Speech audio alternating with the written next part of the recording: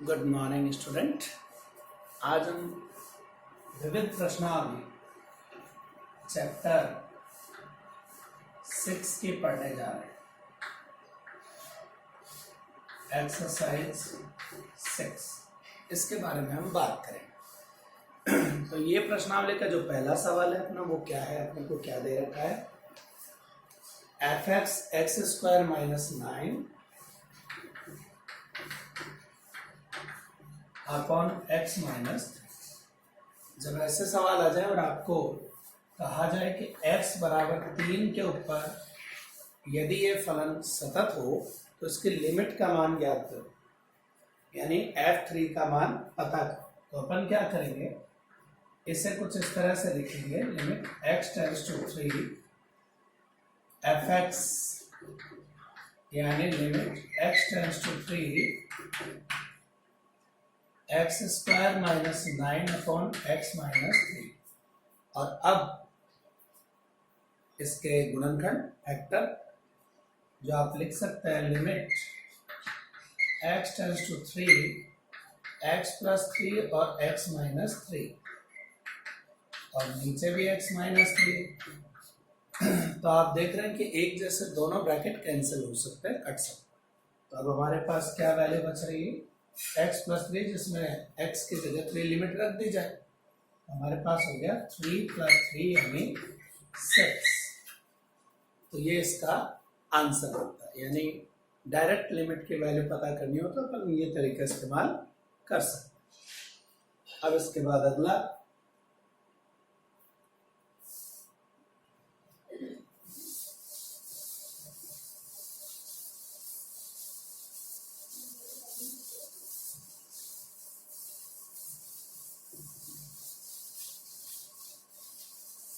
Next अपना चल रहा है क्वेश्चन नंबर 3,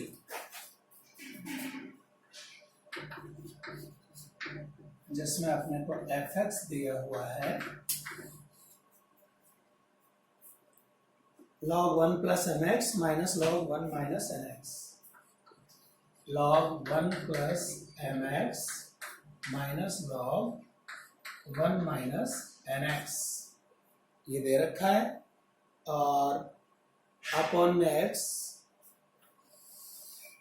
और दूसरी वैल्यू k। कौन से पॉइंट पर अपने को चेक करना है, 0 पर। x बराबर नहीं है 0 के लिए ये है, और x बराबर 0 पर ये। और कहा गया है कि x बराबर 0 पर दिया गया फलन सतत हो तो इस k का मान ज्ञात कीजिए। और आप ये अच्छे से जानते हैं कि यदि फलन कंटिन्यूअस है, फंक्शन कंटिन्यूअस है यानी सतत है, तो उसकी जो तीनों वैल्यू होती हैं वो सेम होती हैं। कौन कौन सी तीन वैल्यू, उस पॉइंट पर फंक्शन का मान यानी x बराबर 0 पर f0, उसके LHL यानी बाईं सीमा, और उसकी RHL यानी उसकी दाईं सीमा, ये तीनों वैल्यूज इक्वल होनी चाहिए। तब अपन कहते हैं कि दिया गया फलन कंटिन्यूअस है यानी सतत है। तो अब अपन बात कर लेते हैं, ये मानकर कि ये सतत ऑलरेडी है तो k का मान पता लगाएं। चूंकि x बराबर 0 पर f(x) सतत है यानी कंटिन्यूअस है,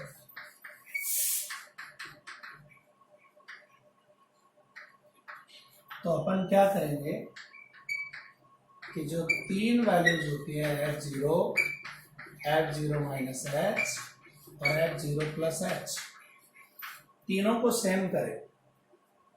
मतलब उनकी बाईं सीमा, दाईं सीमा और उस बिंदु पर फलन का मान, तीनों को इक्वेट करें। यदि ये तीनों बराबर हो गए तो अपना काम हो गया। तो आइए स्टार्ट के दो ही रिजल्ट साथ में कर लेते हैं। f(x) का मान x इक्वल टू 0 पर क्या दे रखा है, k। तो इधर तो लिखेंगे k, f0 माइनस h यानी बाईं सीमा है, लिमिट h टेंड्स टू 0 है। इसमें लिखा log 1 plus m into 0 minus h minus log 1 minus n into 0 minus h upon 0 minus h। ये हमने इसकी वैल्यू LHL में ले ली। अब आइए जरा इसे सॉल्व कर लेते हैं। लिमिट h टेंड्स टू 0, ये बना लॉग 1 प्लस 1 माइनस mh, इधर बना लॉग 1 प्लस nh और अपॉन में माइनस h। अब आइए इसका प्रसार ले लेते हैं लॉग वाले फार्मूले का। अपन जानते हैं कि हमारे पास log 1 प्लस एक्स आए या log 1 माइनस एक्स आए तो उनके डायरेक्ट फॉर्मूले होते हैं। जैसे अपने पास यदि log 1 प्लस एक्स आता है तो अपन x minus x square upon 2 plus x cube upon 3 इस तरह से उसका प्रसार करें। मैं लिख देता हूँ फार्मूला ऊपर, इधर देखें ध्यान से। यदि log 1 प्लस एक्स आ जाए तो आप उसे x minus x square upon 2 plus x cube upon 3 minus so on so fourth इस तरह से प्रसार करते हैं। यानी ये प्रसार अपना ऊपर जो मैंने लिखा log 1 प्लस एक्स का x minus x square upon 2 plus x cube upon 3 minus ऐसे अल्टरनेटिव प्लस माइनस में ये चलता रहता। ये बना इसी का यूज मैं करने जा रहा हूँ यहाँ। यदि माइनस आ जाए तो इधर के सारे माइनस में बदल जाएंगे। यानी इसकी जगह मैंने लिखा माइनस mh फिर माइनस mh का whole square upon 2 minus mh का होल क्यूब अपॉन 3। ऐसे ही ये प्रोसेस चलता चला जाएगा। ये तो हो गया इस पहले का। और अब इस दूसरे का प्रसार करें तो x minus x square upon 2 and so on so fourth लिख दिया और अपॉन में माइनस एड चलने दिया। अब देखिए स्टार्ट की दो ये राशि ले और इनमें माइनस एच कॉमन कर लें तो अपने पास क्या बनता है। Limit h tends to 0, minus h common लिया तो यहाँ m बचा और उसमें प्लस का n। ठीक है जी, इसमें और इसमें। अगले इन दो में से मैंने minus H square upon 2 common लिया तो अंदर m square minus n square बचा और ऐसे ये प्रोसेस चलता चला जाएगा और नीचे रहेगा माइनस h। इसका मतलब है ये h वाली टर्म माइनस h सब में है, सभी पदों में, तो वो कॉमन आकर नीचे वाले माइनस h से कट जाएगी।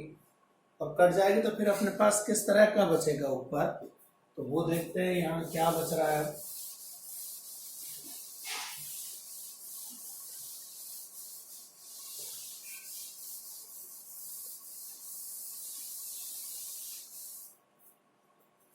देखिए अपने पास क्या बचा,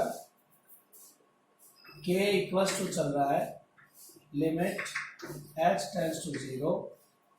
यहाँ बचा ये m प्लस n, तो माइनस एच तो माइनस एच से कैंसिल हो गया।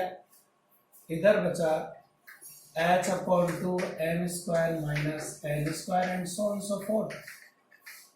ये चीज बच गई। अब जब आप लिमिट पुट करेंगे h की जगह 0 तो इस पहले पद को छोड़कर इसके आगे के सभी टर्म 0 हो जाएंगे क्योंकि सब में h मौजूद है। तो हमारे पास यहाँ k इक्वल्स टू रह गया m प्लस n, आगे के सारे पद 0, तो k का मान आ गया m प्लस n। ये इसका आंसर है। तो इस तरह से अपन इस क्वेश्चन को सॉल्व करते हैं जिसमें ये पैटर्न चलेगा। अब अगले पैटर्न की बात करते हैं। जैसे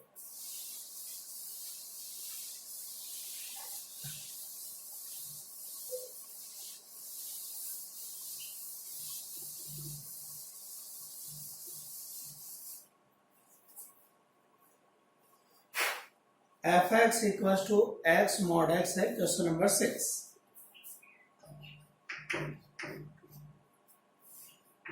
F X equal to X mod X ये दे रखा है आपने, और वो पॉइंट उन बिंदुओं का समुच्चय जिन पर यह अवकलनीय होगा ये मालूम करना है। तो देखिए सबसे पहला काम ये मॉड हटाने का है, यानी इसको सरल फंक्शन में चेंज करना है, सिंपल फंक्शन में चेंज करना। तो उसके लिए अपन जानते हैं कि यदि x की वैल्यू माइनस में होती है यानी लेस देन 0 होता है तो उस सूरत में ये नेगेटिव और ये पॉजिटिव, तो दोनों का प्रोडक्ट नेगेटिव बन जाए। और x की वैल्यू 0 या 0 से ग्रेटर आ जाए तो उसमें ये दोनों ही पॉजिटिव रहते हैं।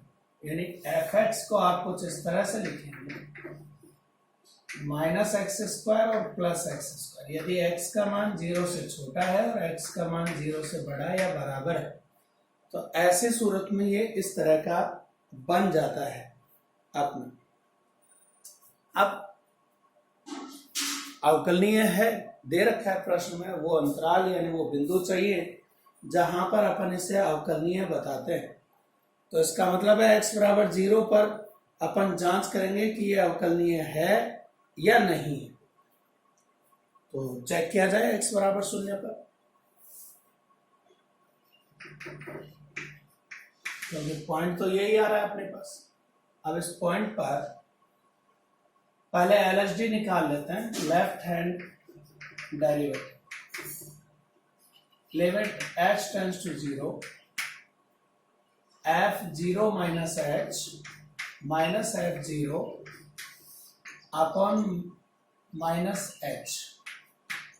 तो आइए पुट कर लेते हैं value. Limit h tends to 0 f0 minus h, 0 से छोटा, तो 0 से छोटा फंक्शन यहाँ है तो अपने को ये वाला यूज करना है, -0 माइनस h का होल स्क्वायर। और x इक्वल टू 0 यहाँ है यानी 0 0 ही रहेगा और नीचे माइनस h। तो अपने पास क्या बनाइए, limit h tends to 0 minus h square में माइनस h का डिवाइड दें तो h रह गया और h की जगह 0 रखते ही आ गया 0। यानी LHD का मान यानी बाएं अवकलज का मान हमारे पास क्या निकल कर आ रहा है, 0। अब हम चाहते हैं इसका दायां अवकलज निकालना,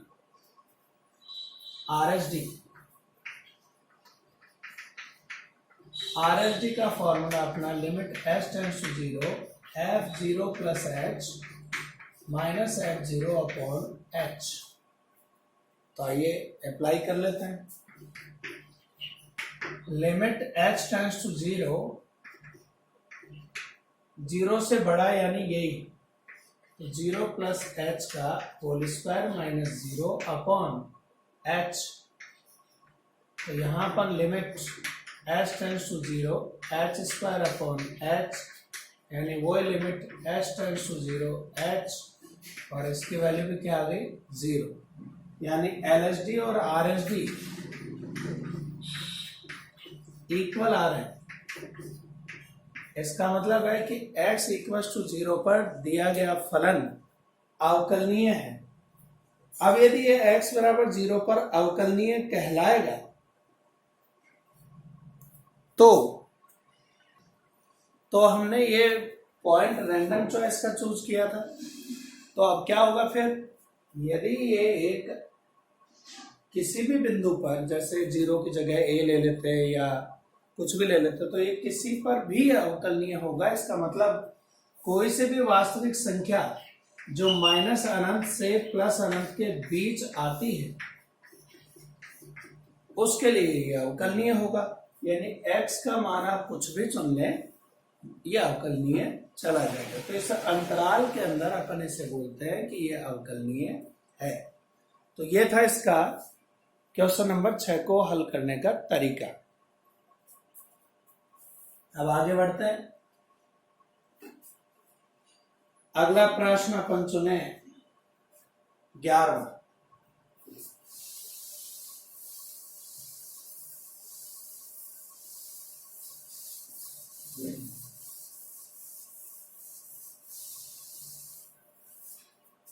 11th क्वेश्चन अपना क्या है, F X mod sine X plus mod cos X plus mod X दे रखा है। एफ एक्स क्वेश्चन नंबर 11 की बात कर रहे हैं, mod sine X plus mod cos X plus mod x दिया हुआ है और आपसे कहा गया कि x की किसी भी वैल्यू पर जो वास्तविक संख्या हो उसका कंटिन्यूटी टेस्टिंग कीजिए कि क्या ये सतत है या नहीं है। तो आइए अपन रैंडम चॉइस का एक पॉइंट ले लेते हैं a, जिसके ऊपर इसकी जांच करनी है, क्योंकि इसने कहा कि x वास्तविक संख्या में से चुनना है। तो मैंने x बराबर a चुना, for every x equals to a belongs to r, वास्तविक संख्या का एक अवयव चुना मैंने a, जिसके ऊपर इसका परीक्षण करना है। अब कॉन्टिन्यूटी टेस्टिंग करनी है, सातत्य परीक्षण करना है, तो तीन वैल्यूज सेम होनी चाहिए, fa minus H, fa plus H, ये तीनों बराबर आनी चाहिए। तो मैं पहले fa की बात करता हूं, यानी x बराबर a पर fa की वैल्यू क्या होगी जरा देखें यहाँ, mod sine A plus mod cos A plus mod A.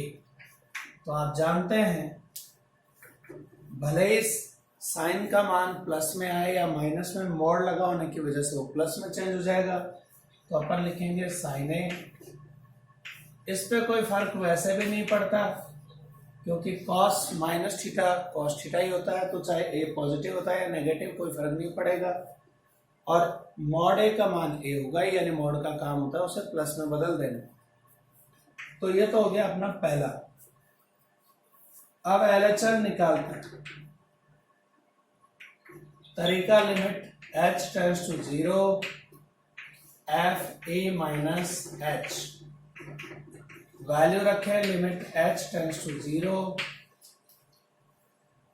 Mod sine a minus h plus mod cos a minus h plus mod a minus h। और अब अपन h की जगह 0 पुट कर देते हैं, तो हमारे पास बना mod sine a cos a और a, और ये चीज यही हो गई जो ऊपर थी, यानी आप इसे साइन a कॉस a और a में चेंज कर सकते हैं। इसका मतलब ये पहला और दूसरा दोनों परिणाम बराबर, बोथ रिजल्ट आर इक्वल। तो अब RHL पर चलते हैं। तो RHL की वैल्यू हमारे पास होती है limit h tends to 0 fa plus h, value put कर ले limit h tends to 0 sine a plus h plus cos a plus h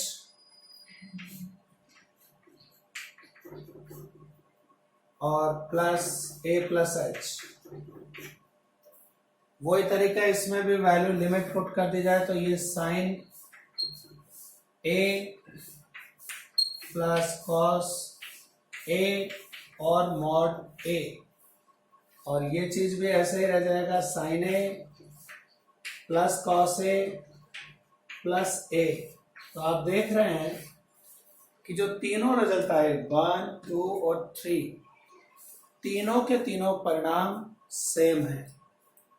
और यदि fa प्लस h और fa माइनस h तीनों सेम आ जाते हैं तो हम ये कहते हैं कि दिया गया फलन x के किसी भी मान पर, यानी कोई सी भी वास्तविक संख्या के ऊपर ये सतत कहलाएगा।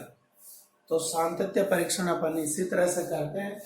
तो ये अपना इस क्वेश्चन का सॉल्व करने का तरीका है। उम्मीद है आपको ये समझ में आया होगा। बाकी के रेस्ट ऑफ द क्वेश्चंस पर अपन कल फोकस करेंगे। आज के लिए अपन इतना ही रखते हैं। Have a nice day, stay home, stay safe.